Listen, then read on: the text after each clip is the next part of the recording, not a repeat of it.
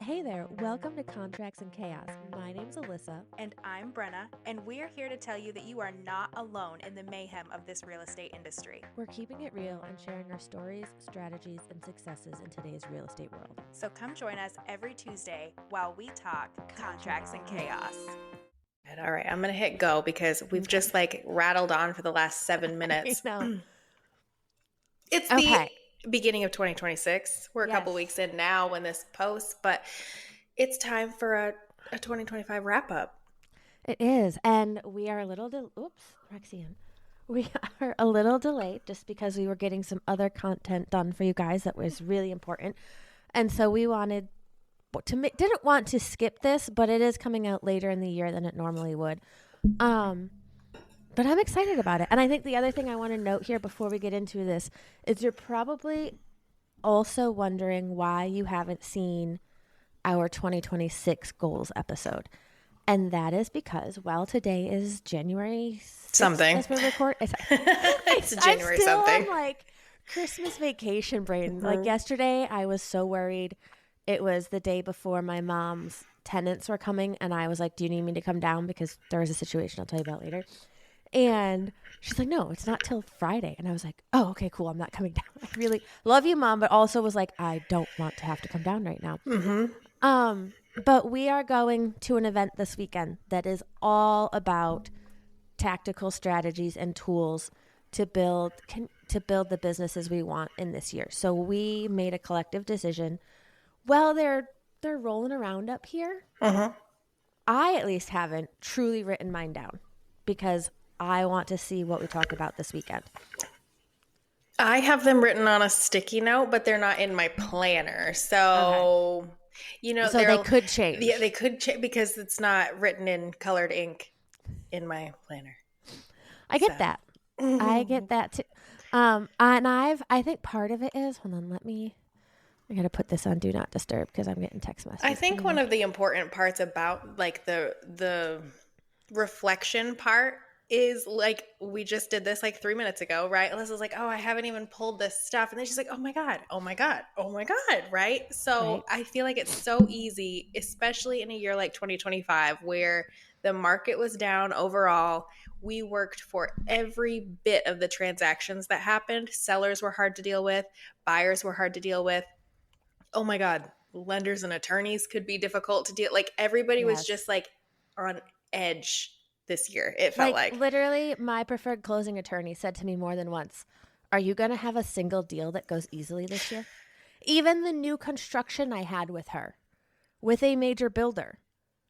Insane. I was just like, it's just been a long year. So it's so important, especially we're headed into a new year and we want everybody to be like, oh yeah, go new year, right? But it's also super important to be like, last year, while it had its hard moments, didn't completely suck, right? We're always talking about celebrating the small wins and things like that.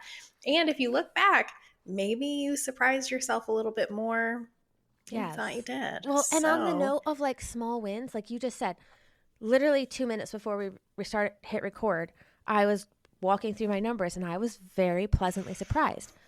I think the other thing to remember is maybe check your numbers, not just at the end of the year. I was going to say, girl, why don't you do I'm obsessive compulsive. I don't even like looking at my bank account. God. You know me. I'm like, Matt, whatever. Does the card going to work today? I was going to say, swipe it and you tell me how much is left in there. No, I am too... I don't want to say anxious, but neurotic, I guess maybe. I want to know. And I am a goal planner, right? And I want to track how close I am and how I don't know, it's motivating to me. So I think, you know what, and I'll be honest, I think part of it is I don't always know how to track or what I should be tracking. So maybe that's an episode you can run us through, is how you track your numbers and your business and your expenses and all those things, because I can't say I've ever sat down and learned how to do that. Well, let's be very honest. I'm not good at it, but I do it. At least we're honest. Listen, we've talked about this before. Spreadsheets give me hives, right? So, but it works for me, right? It lets me know where I'm at, and that's what matters. But reflection is a big part of the business, and we're not just talking about numbers for real estate too. So if you went into 2025 and you were like, I'm going to lose 25 pounds, right? Did you? I did actually. Great. Oh my God. You haven't seen me. I haven't You seen see you in a me long from time. here up every week. Every week. When I see you Friday, you're gonna be like, "What?" I'm excited. We live so close and still never see each other. How crazy is that? And you literally came to my coffee shop. But anyway, so yeah, reflection, and I think it's important. Like you said, we're not just reflecting on did we hit the numbers. We can reflect on personal things. We can also reflect on let's look at the bigger picture as to why we did or didn't. What was different about this year? What did we change? What were the tasks or the actions that we modified? But before we get into that, I want us to go through, did you and I specifically hit our goals for 2025? And this is just going to be a yes or no. We don't have to go into our numbers if we don't want to. I just want to know if you hit your goals. So we're going to go through the metrics, which are going to be our total closings, our total GCI, average sales price if we have it. I don't know if I have mine pulled up, and our buyer to seller ratio and our geographic focus, because that was one of the goals we both kind of had this year. So first one, Brenna, did you hit the total number of closings you wanted to this year? No. Same. I did not either. Okay. No. Did you get the total GCI that you wanted this year? No.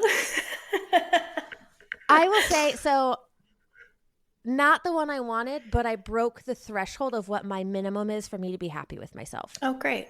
Good. It's not like, oh my God, this was a terrible year, right? Right. It's not like I'm calling home asking mom to pay my mortgage. Right. Like, I say last year, 2025 is last year now. 2024 was my very best year in real estate yet, right? So I'm somebody, you move the bar, we beat the bar again, right? Right. And I did not. While I increased my number of transactions, right? It was 2 more transactions than last year. I didn't beat the volume that I wanted to. That makes sense. So, yeah, I did not meet the volume I wanted to, but I broke 2024's volume. That's great. So I'm fine. Yeah, I'm fine with that. Your average sales price, did you hit what you wanted there? Well, so I didn't, I didn't have a goal for average sales price. That's not something that it's not something that I set, right? My average sales price is just under 300,000.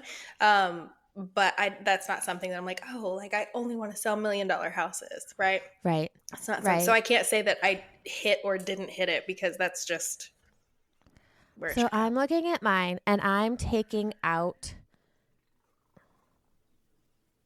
the land and that, like, why is that saying there's one in here that's completely wrong. No, it's not. It was stupid cheap, but it might as well have been land.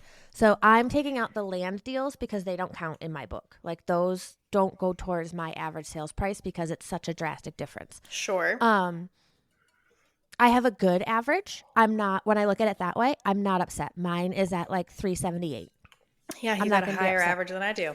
That's awesome. I live in a different area though. Like I didn't take out the land deals either. And I don't usually do land, but I had 3 land deals this year. So yeah, I had 2.5 because that commercial one was a metal shed on there that they were counting as a building. So, yeah, if I take out like the leases, the referrals, and the land deals, which to me don't really count because those aren't my main goal or like my main product, I'm happy with it. I would love it to be closer to the 400.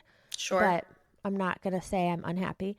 My buyer to seller ratio, I did not hit what I wanted. I definitely had more buyers than I had sellers, which is... I had more buyers this year than I have ever had. Yeah, same. Buyers, though, I think that's the market talking, right? And it's something, so I've told you guys before, like I came into this business very listing heavy. That was all of my first few years because that's what I prospected. That was my first sale by owner. And now I'm seeing, and we'll get into those numbers next, as far as like where your clients came from. But I'm seeing more of that, like I've sold houses and now people are buying with me again, right? which has made a difference. But no, I think that that's just where the market's leaning. The power right now, I feel personally, is the buyers and the buyers agents, right? Because the listings are sitting a little bit. The sellers don't have as much like sway as the buyers do. Because I've Right. had the transactions that canceled this year. I didn't have any listings fall apart. The transactions that canceled, and I did end up closing all of the ones that had canceled, but I had 5 deals terminate, walk away from a contract, right? Yep. And those were, again, ones that we went back under contract on a different property and it worked out. But I had more people walk away this year. And even on listings, Yes. we had 3 of those terminations were terminations on a listing that I had. Buyers are just walking away, which Yep. makes a big difference. But yeah, I had a lot more buyers than I had listings this year. Yeah, I did too. How about your geographic focus? I know you were dialing it in. You didn't want to be not literally 5 Mile famous, but pretty close to it. How did that go for you? It's not 5 miles, but my 5 miles isn't technically 5 miles anyways. I just try to Right. like do the Catawba County thing or really focus on the Catawba County thing. And I think it's getting there. Most of my listings were there, except for I have a couple of investors that I work with still in the Concord area. And then that one off from a sphere of influence Albemarle. referral all the way out in Albemarle. But other than that, Which, for I'm reference, Albemarle has to be like an hour and a half from you, right? yeah. Mm-hmm. Because don't yell at me. I drove from Maiden to South Park yesterday, and Why were you it was Maiden? I had to pick up keys for a listing. Nice. Yeah, which I was like, oh, she's gonna yell at me when she finds out because she wanted to do something together, and I'm literally like, hit it and forget it, get out of here, I gotta go. But I was thinking about that. I was like, wow, I knew Albemarle was far, but I was like, if South Park is over an hour, damn, Albemarle was far for you. Oh, it was a ways. But it was one of those things that I think that this year, like my pipeline this year already is looking more local, which is great. Yes. And I'm focusing more on local content and things like that. So I'm dialing it. Like, it's still one of those things, like you said, I'm not turning down a referral. I'm not going to Statesville, or I'm actually touring in Lenore today. Like, it's one of those Nice. things, but just trying to, because I think you can just concentrate your effort. And then if you're not traveling an hour and a half, right, to a listing, because that eats up so much of your day. It does. Like yesterday, I had to go to Maiden, which is 35, 40 minutes north of me. And then I had to come into South Park for something. And then I think I came right home. But that was like 4 hours because of traffic. Like, it took forever. And I was just like, oh my God, I have so much to. And like, yes, I can make calls, but it's not the same. Like, I got home and I like let Mabel out. I was like, all right, it's 3:30, but I've got to get stuff done for the next 2 hours. Yeah. So it's not about not taking the business or working those areas. It's really about time management, really. Yep. It's the biggest thing Yes. for me. What about for you? No, I was all over the place, which is fine. No, Alyssa says. I already knew the answer. I just needed you to be honest for the folks on the podcast. I was everywhere from Spartanburg, South Carolina, to Concord, North Carolina, to Lenore, North Carolina. And if y'all are listening, that is like from Concord to Spartanburg, straight line is 2.5 hours.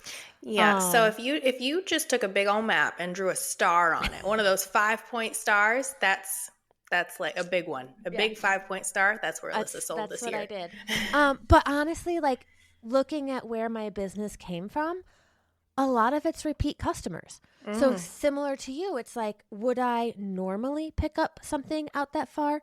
No, but it was a referral from my sphere, or it was a repeat client. And, Yes. like, I'm not going to turn that down. I will say the one I took in Spartanburg, I had to join a different MLS. Which actually I need to update Emily. Joined it, hated everything about that market. And I decided going into 2026, I left that MLS. Great. If something comes up, I'm referring it out. And honestly, that one is closer than the Lenore one. But it's such a different market. The way they handle things. Yep. So different. Like I did it successfully. My clients got exactly what they wanted. They're completely happy, satisfied, and everything. But I've met some great agents out there, and I will be referring business out because like it's too much. Excellent. Especially with taking on a new state. I don't need to be in a market I don't understand. So speaking of which, what looking back at 2025, what numbers mattered the most to you now that you're looking backwards at it, like with rose-colored glasses, and what goals didn't feel important anymore by the fourth quarter? This is so hard because I am a goal-oriented person. So if I'm not hitting the goals, I'm mad, right? That's me this week because So I realized I have spent, Mom, plug your ears. I've spent 2 months taking care of my family. And I looked at my she pipeline. knows that. You don't have No, to I know, plug but her ears. But I looked at my pipeline and went, "Oh shit." And I 'Cause you- got very angry at myself because I was like, I'm not the agent that takes Christmas off. I'm not the those agents that check out after Thanksgiving. And just because the way life was, I was maintaining what I had but not pushing forward. I got mad at myself this week. Like I was pissed on Sunday and I was just like, okay. And like we were talking before, I jumped right back into it yesterday. I was like, okay, there's like 90 letters going out to expired listings and I'll be back on it again today. Like, well, because, and listen, we've talked about this. It is really funny. It's not, most of the time it's not funny because like for me in instances where I could look back and see it, I could like date it to the day that something happened, right? And usually it's not great, right? We would love it to be like, oh yeah, that's the time that I took a 20-day trip to Fiji, but that's not actually how it usually looks. But it is crazy how you can date it back and be like, oh yeah, this happened for a stint of time, and that is why there is a break in my business right now, because they do mean it when they say what you do today affects you in 90 days. They really, truly do. I will say one of the good things I did, though, was Roxanne, you got to get off the microphone. Is when I was home this summer, Mom needed a printer to do some paperwork stuff, and the printer my stepdad had, we couldn't figure out, it was old, couldn't figure out how to get it to hook to any of our computers. She was just going to go buy like a $50, it'll print, we're good, thank you. And I said, stop right there. And I went and bought almost the same printer scanner fax that I have at my house. So when I am in New York, business doesn't have to stop for me anymore. Yeah. I can still print and mail, like say I'm in New York this weekend, but I have an open house in Charlotte next weekend. Well, I'll mail the neighborhood stuff from New York. Not a big deal as long as I know it's coming. So I took like future thought. I was like, okay, I'm doing this. Do I probably need to get one for her house in Georgia? Maybe. I don't know. I'm not normally there for as long, but I will tell you, well, you think about what mattered most and what numbers matter most in hindsight and what didn't feel important. I'll go through mine. The number that mattered the most to me was that I didn't go backwards, because with everything that happened, from being sick to the drunk driver bullshit, to the dog trying to die twice this year, to my dad dying, all those things, I didn't slide backwards. And I know that there are agents out there, and I'm not knocking you. I am not discrediting the hard work you did this year. But I know there are agents out there who didn't have all of those hurdles this year, who slid backwards or who are no longer in the business because whatever happened, it didn't work for them. And again, not discrediting them. They worked their asses off. And sometimes life just works that way. That's the most important to me, is I didn't go backwards. I had slightly higher numbers than last year, a few more transactions, a few more referrals. Like that makes me feel good. Obviously by Q3. Yeah, Q3 was when the shit hit the fan for me. So by Q3, I knew I was no longer focused on hitting those big numbers anymore. Life pivoted. I pivoted with it, which was necessary, and I'm okay with it. And my only goal, like my big goal of doubling my business or hitting however many, what I knew, I put it out the window then. I said, at this point, we're surviving. We are keeping the lights on, and I'm okay with that. So that's how I feel about it, is I didn't go backwards. I moved forward a little bit, like the needle keeps pushing, and I didn't have to leave the business or get a part-time job or something because life kept throwing shit at me this year. So Because I'm you happy just with got that. up and kept going, right? Like, and Right. that's hard for everybody, and it's hard. And like you said, like I know a lot of people who, even lenders, like I know lenders that left the business and things like that. It's just been a rough year. I am one of those agents that slid a little bit. I did not hit the same numbers as I did in 2024. But I guess looking back, I would have to say at that point, like what mattered the most and what no longer felt important towards the end of the year, when you realize that you are doing, because it's not from lack of effort, like you said, there are things that just did not shake out this year. So by the end of it, and we talked about this on 12-week year episodes a couple of times, as far as continuing to do the work, what was important as far as doing the work, right?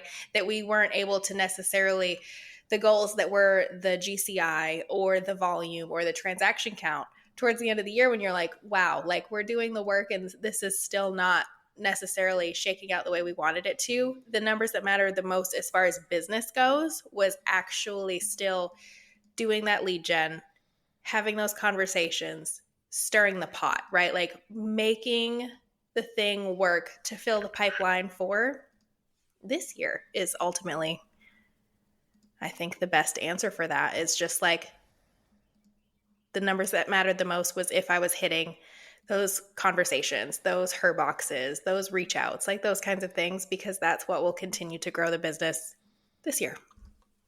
Absolutely. Absolutely. Okay, let's talk about where our clients came from this year. Okay. How many past clients and referrals did you have? Past clients and like client referrals. Only 3 past clients. Which is interesting. And one I'm counting as a past client, but really his daughter was my client. But yeah. What but about for a client or like people who you'd worked with in the past that then gave you business? Like referred you to a like friend? referrals? Let's see. Not just, so if you have, I have agent to agent referrals counted differently. So if you have those. So is that what we're talking about, is agent to agent or like past clients? Okay. Well, then I'm looking at all these. None. I take that back. 1. And I guess it's other people where their children worked with me and then they worked with me. Nice. So a lot of agent referrals though, and a lot of sphere of influence. Which is really funny because I was talking to a few agents yesterday. I'm losing my voice. I'm so sorry. And they said, get sick before this weekend. They said the same thing, is that they saw an increase in agent to agent referrals this past year, which is funny because I did too. I had 6 agent referrals. I referred 5 people out to other agents this year. I had 4 past clients, 2 past client referrals, like from clients that worked with me previously and then gave me information for somebody else. And then from social media and sphere of influence was another 6. Yeah, I had 1, 2, 3, 4. So what, is there anything you did that didn't pay off that you can look at these numbers and go, oh, I wasted a lot of time doing that? Honestly, I canceled Reminder Media this year. Oh. Yep. I'm considering, I don't know if I want to cancel or if I want to pivot to their postcards or if I really want to go all in and take that budget and put it on socials, because I'd have to look through that list, that mailing list. I can't think of anyone that I take that back. I had a referral this fall and it's someone who is in my old sphere of influence from CrossFit. And she's like, oh, I always think of you. I get that magazine. But I haven't been able to convert that referral. They're dodging me. So I don't know if that's worth it. I think you bring up a good point. Is there anything that you almost stopped, but it worked? Well, so I did stop partway through the year. The her boxes and like those kind of the high note CMAs and things like that. There was a pause there for a hot minute, but they do work because I got a listing from it. So okay.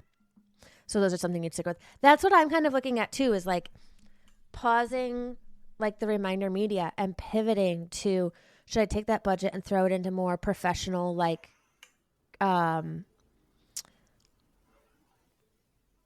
area specific content, like should I throw more of it into doing that and Facebook ads? That's something I'm definitely looking at. And one thing one of the reasons I kind of similar to you, I have the goals that I want.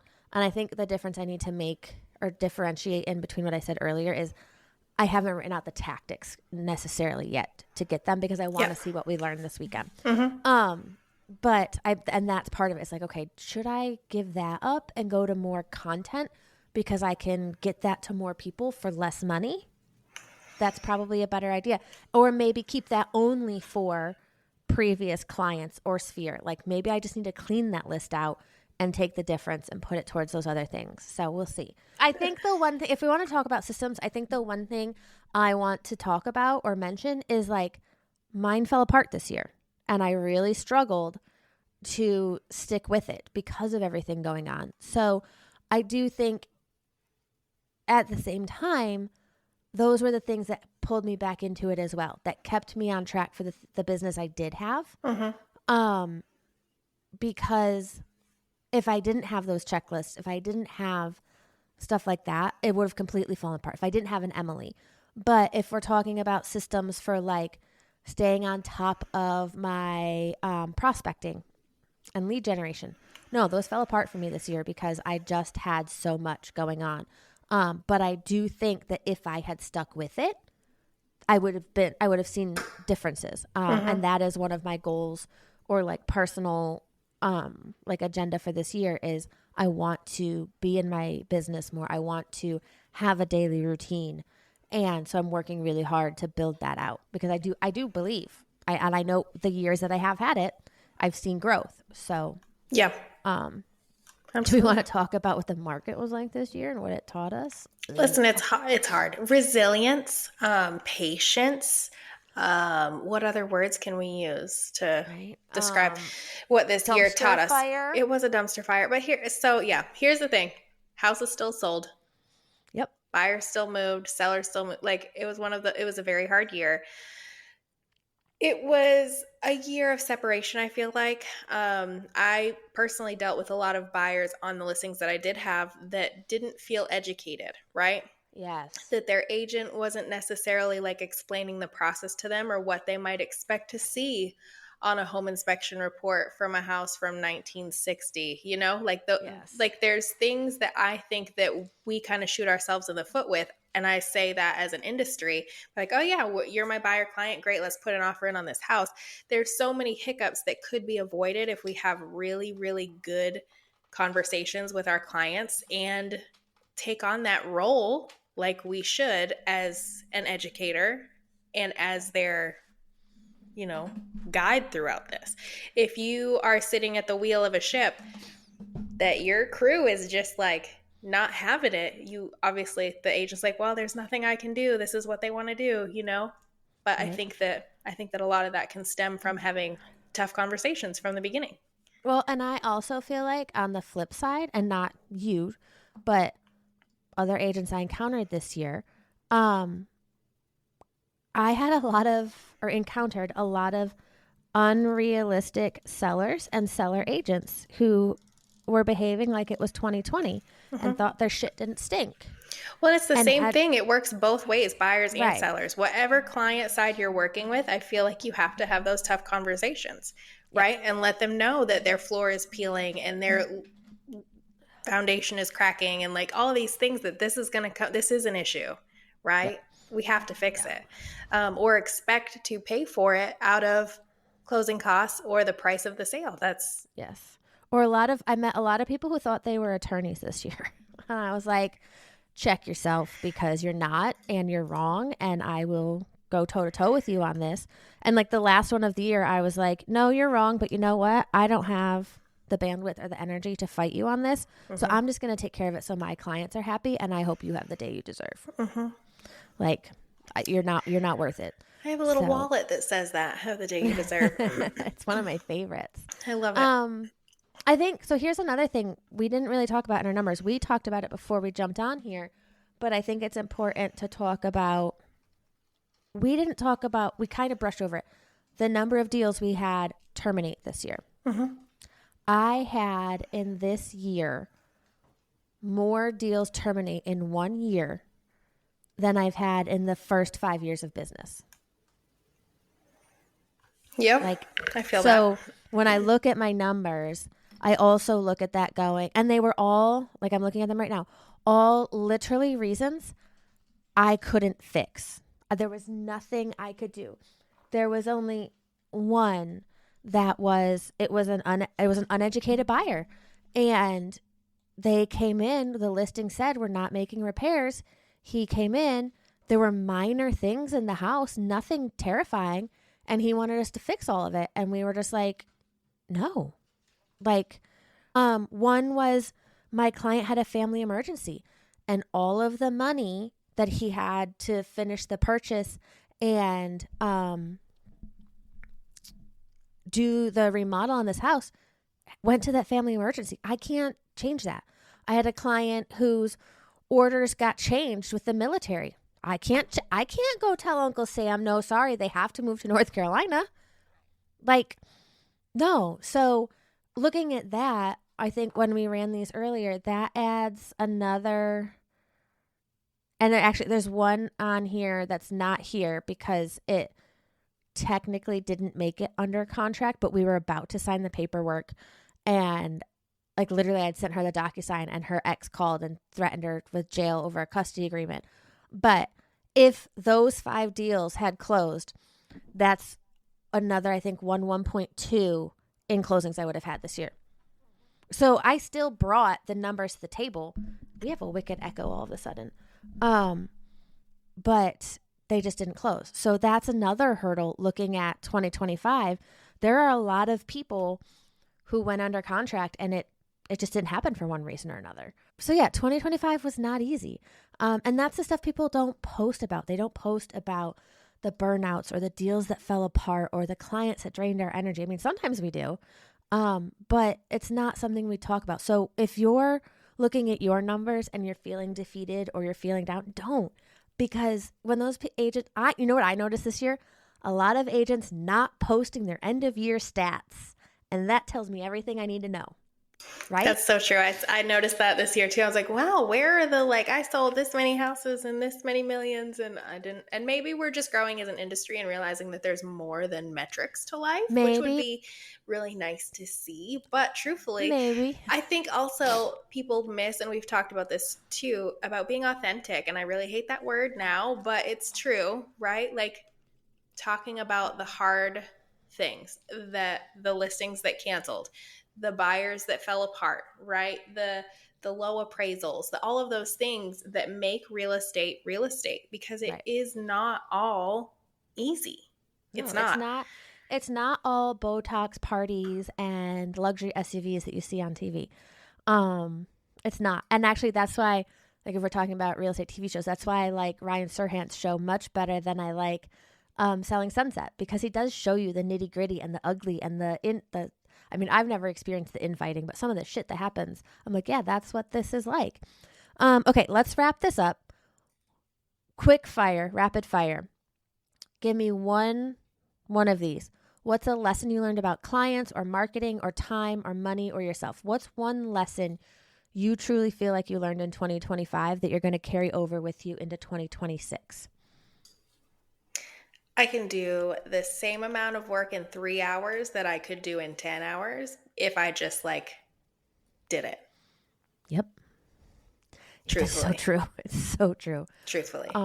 Yeah. Because of the kids being home and doing the homeschool thing and all, I'm like, I just don't have time. Yes, I do. Yes, I do. I just have to focus. And that's been a hard, I mean, I didn't realize how distractible and distracted I can be. But if I sit down and do the work that I'm supposed to do, I can be done. I really can. And that's something that I am working on and bringing into this year, because it'll be better for me, for my business, for the kids. Because if I can do it in 3 hours, why on earth would I be okay with it like dragging on to 8 or 10? Mm-hmm. Yep. Mine is I'm resilient. I can still function in absolute chaos. I may not grow in it, but I can function and survive and keep my lights on. But I do. I think you're wrong about growing in it, because I saw it recently, or maybe it was on a podcast, I forget, but there was a lot of talk about like how you become stagnant, right? Something happens and you stay alive, but you don't grow, right? But maybe it's because you weren't growing in the way that people see, right? Your transactions didn't go up, that kind of thing. But those roots were digging in. True. You see what I'm I've saying? done a lot of, I would say, a lot of growing up in the last 6 months. Um, yeah.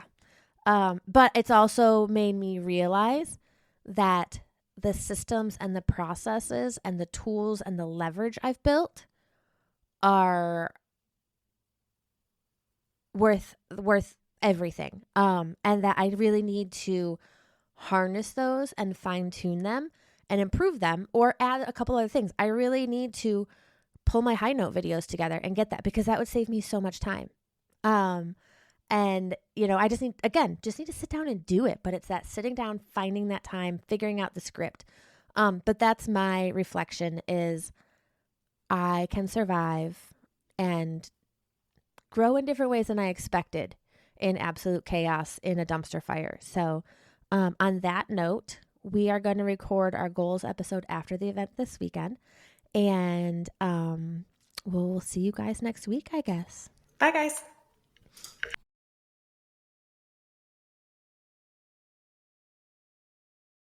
We just finished another episode of Contracts and Chaos, but believe me, the chaos does not stop here. So check out the show notes for our email address and where to follow us on socials, and we will see you next week.